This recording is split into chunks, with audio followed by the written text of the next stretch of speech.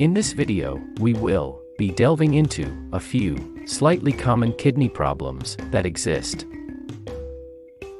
If you haven't, kindly take out time to watch the previous video on the kidney, posted here on this channel.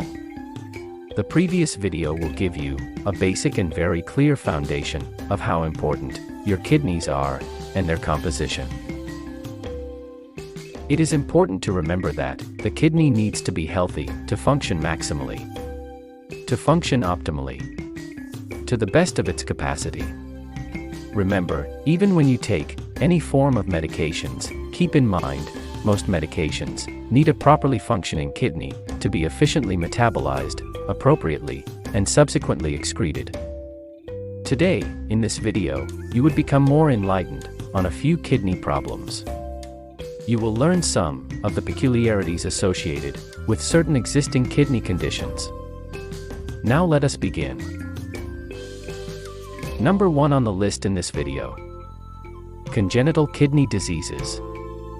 There are different congenital kidney abnormalities that can occur.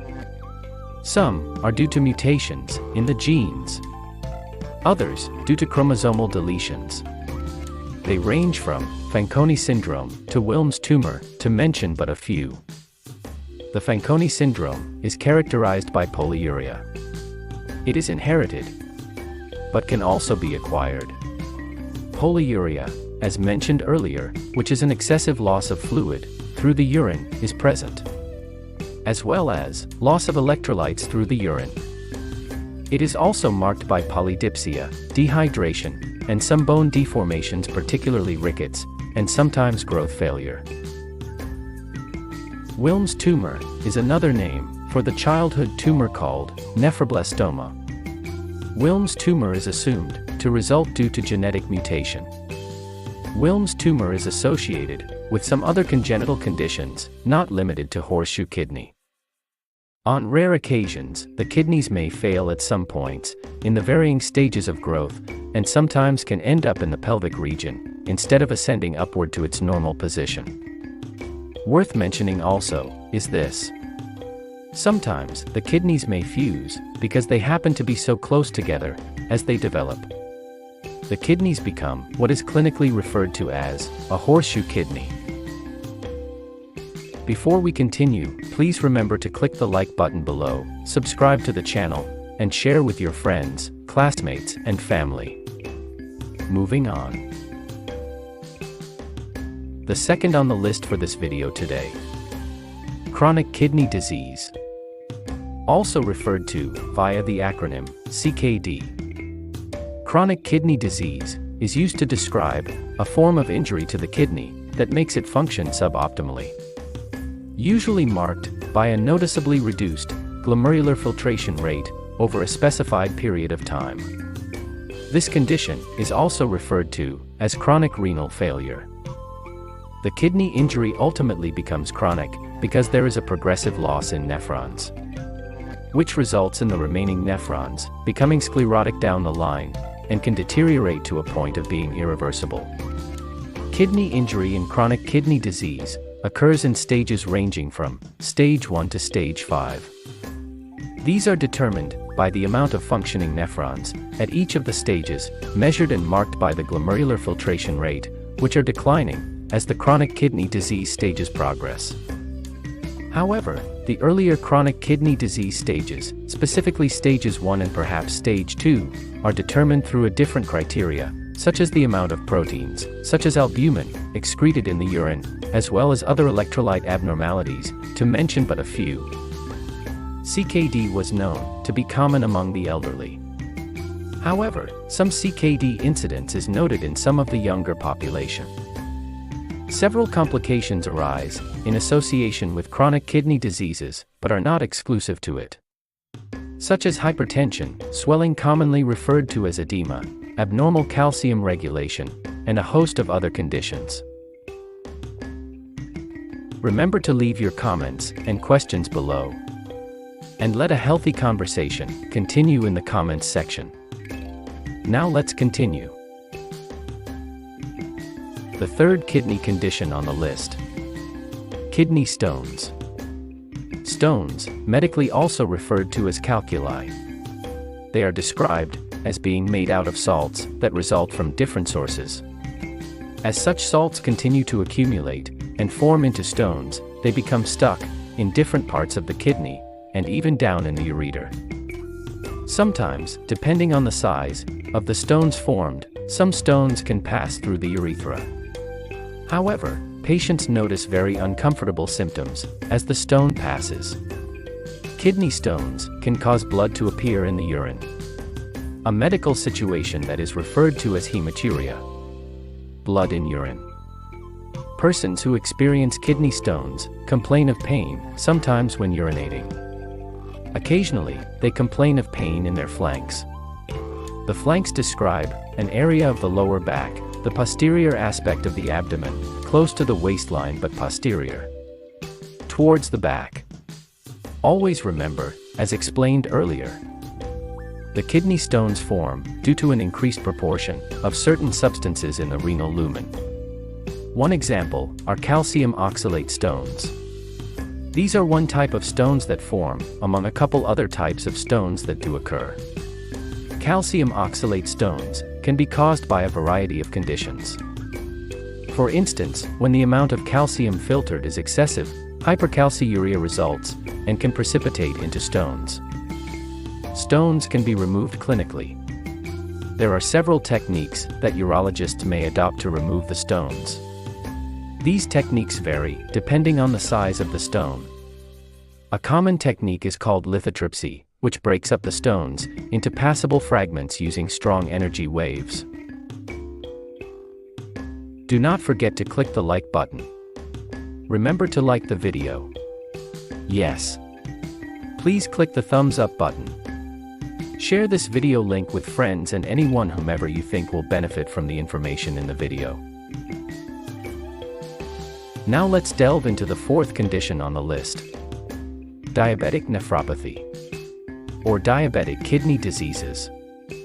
Diabetic nephropathy encompasses a persistent loss of protein in urine, specifically the protein albumin, also referred to as albuminuria. Additionally, there is the presence of a decline in the glomerular filtration rate that is progressive, and also increased blood pressure. Let's break this down a little further. Diabetes mellitus. When a complaint of unusual frequent urination arises, the next logical step is to check the urine. The medical term for this symptom is called polyuria. Finding abnormally increased amounts of glucose in the urine is referred to as glucosuria. The kidney is designed to easily take care of filtered glucose. Unfortunately, in disease states, this does not naturally or readily occur anymore, resulting in large amounts of glucose filtered into the urine but unfortunately are not reabsorbed as they should. Diabetes is a medical condition that describes an uncontrolled blood sugar condition in the body, which if improperly managed, results in increasing and progressively severe complications on different organs all over the body. High blood sugar is medically referred to as hyperglycemia. When this condition remains uncontrolled and unmanaged, it ultimately leads to a situation that can be described as glycation of various body tissues. Glycation is a process where sugars such as fructose attaches to proteins and lipids in the body. These can also bind to proteins on the skin such as collagen, resulting in an abnormal skin appearance. This process occurs everywhere glycation occurs. This doesn't end here. If measures are not taken to mitigate and decrease the progression of the high blood sugar, the filtration unit in the kidney, called the glomerulus, is impacted. Its membrane thickens over time as glycation continues. These negatively affects the filtration ability of the glomerulus. The membrane becomes increasingly permeable, resulting in increased filtration, which ultimately causes an increased pressure in the glomerulus. Scarring occurs and further worsens the diseased state of the kidney. Remember, this video is focused on the kidney. Diabetes mellitus, when unmanaged, ultimately results in microvascular complications, causing kidney issues. The microvascular complications also include retinopathy, neuropathy, to mention but a few. There are different types of diabetes mellitus: type 1 and type 2. However, for the purposes of this video, we will not be discussing these. Our focus is only on the kidney, the common renal manifestation of high blood sugar that is uncontrolled. There is another type of diabetes that also has an impact on the kidney, wherein excessive fluid loss through urine also occurs. It is called diabetes insipidus. As discussed in the previous video on the kidneys, one of the main functions of the kidney is control of body fluid volume through filtration, secretion, and reabsorption, and then subsequently, excretion from the body. In that video we explained how the nephron, the basic unit of the kidney, ensures key electrolytes like sodium are reabsorbed. There is a different scenario here. The urine can become less concentrated, meaning it gets diluted when water is consumed by the individual. This is a natural phenomenon. However, an abnormal condition, where large volumes of urine is continuously produced, gives rise to a kidney concern, referred to as diabetes insipidus. The body here cannot retain water. There is polyuria. This can be accompanied with the urge to drink large volume of water, a condition called, or medically referred to as, polydipsia. Here are some common types of diabetes insipidus.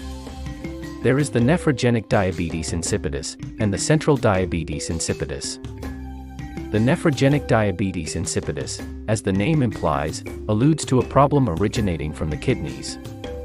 In this condition, the kidneys are unresponsive to a vital hormone, which is secreted from the brain, that helps with regulating the body fluid. This hormone from the brain is called the antidiuretic hormone, medically addressed with the acronym ADH. The action of this unique, but extremely significant hormone, is to make certain parts of the nephron to readily and naturally allow water get reabsorbed from the tubular lumen back into the body, particularly parts of the distal tubule and the collecting ducts. On the other hand, the central diabetes insipidus has a different cause. Its cause is of a central origin. This can happen due to head trauma or even surgery. In this condition, the ADH hormone, usually produced from the brain, is not being produced for whatever reason. Because the ADH hormone is not produced, then the natural response of water reabsorption, as discussed earlier, is greatly impacted, resulting in excretion of dilute urine in really large volumes. In addition to the few symptoms mentioned earlier, an individual experiencing any of these forms of diabetes insipidus can also appear confused and feel some form of body weakness. Please see your healthcare professional if you notice any of these symptoms for prompt medical intervention and care. Helpful measures to remember. There are certain activities and precautions overall that an individual can take to control and mitigate the potential of damages or injury to the kidney. For instance, usually, the easiest ways to prevent disease is to watch one's diet and lifestyle. Being intentional with what is consumed is very helpful. Efforts at cutting down on refined sugars or processed foods in all forms of presentation is duly encouraged.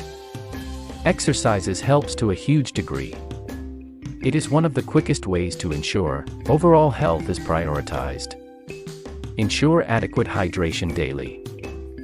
Work with your healthcare professional for an informed guide and professional support to maintain optimum health. Be intentional in your choices. I wish you good health.